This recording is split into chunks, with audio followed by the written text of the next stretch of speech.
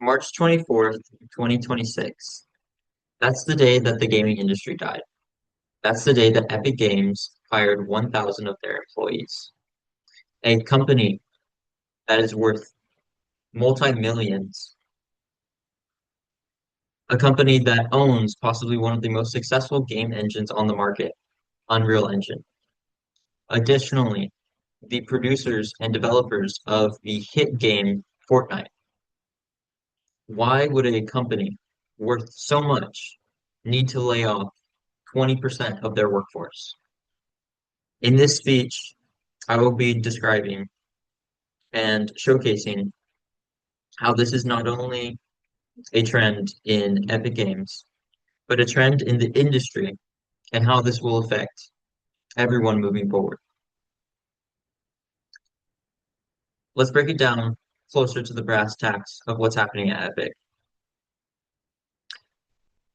Tim Sweeney, the CEO of Epic Games, released a memo on March 24th in the morning.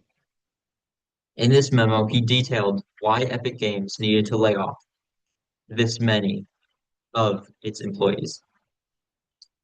He highlighted that the company had exceeded its revenue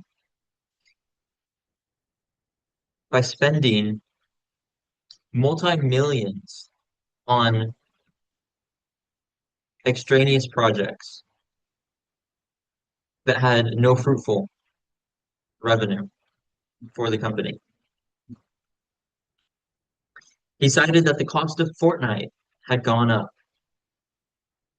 that running it on their servers was exceeding their playability, which resulted in them hiking up the price of V-Bucks. He also cited that AI, which was now becoming a forerunner in their company, was not the reason. Not only not the cause of the layoffs, but he promised that it was not replacing these developers. TechCrunch, a gaming newspaper, found that due to the layoffs and other maneuvers in the company, they were saving $500 million in additional cost savings. But what was the real cost? What was the human cost? Most of these developers had been working at the company for over 11 years. Since the creation of Fortnite in 2016, many of these developers had been part of the company's history for as long as anyone can remember. Evan Kenny was a system developer. However, he was also the creator of Replay Mode, a very popular mode in the Fortnite game. He was heavily involved in in-game matchmaking, live events, and the core Fortnite infrastructure. It was said that if Evan Kenny wasn't working on a project, most likely that project wasn't going to be successful. Not to mention that the creator of Jonesy, the game's main mascot, was fired along that hit list. Additionally, Steve Danuser was the creator of the Chapter 7 storyline.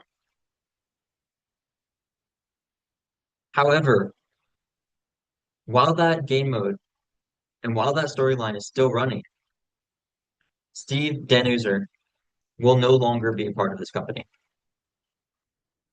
PBS NewsHour found at least that these layoffs resulted in a 4-month severance and 6 months healthcare on top of their pink slip, which isn't worth a dime to what they have in knowledge in this industry and in their own games.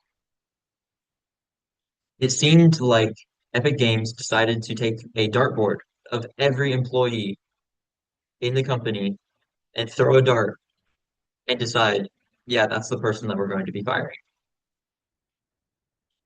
However, this is not just a trend in Epic. This is a trend nationwide. 1 in 3 game developers have been laid off in the last 2 years. This started since COVID during the pandemic, when there was a spike in the amount of game developers needed. In 2024, 14,000 people lost their jobs. And this is not just a singular company.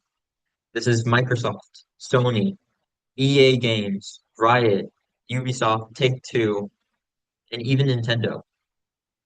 All cut, all laid off. This has resulted in 82% of game developers increasing support for unionization. However, what does this mean moving forward? We can see a trend. The gaming industry was overinflated during COVID-19. So many people were poured in to create games for the masses while people were stuck at home and idly sitting by. Then, once this market had plateaued, had matured, and there were people that were happy with their games and no longer needed to buy anything else, these companies needed to make a price cut. So this isn't truly the death of an industry. This is more like restructuring. ACM, a scholarly study, showed that in 2024, the global gaming revenue market was only up by 0.5%. And this overexpansion needs contraction.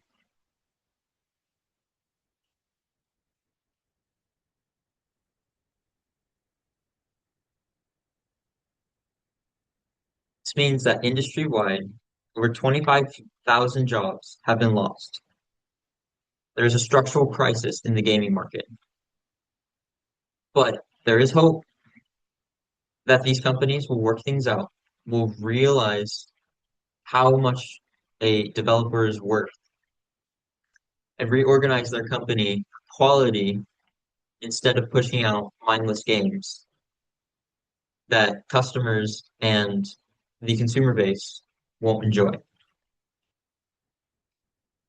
But I just want to leave this off with one thing. The games we love are made by real people. And right now, that's very easy to forget. And every time that you open up Chapter 7 in Fortnite, just remember the person who wrote that also received their notice of resignation.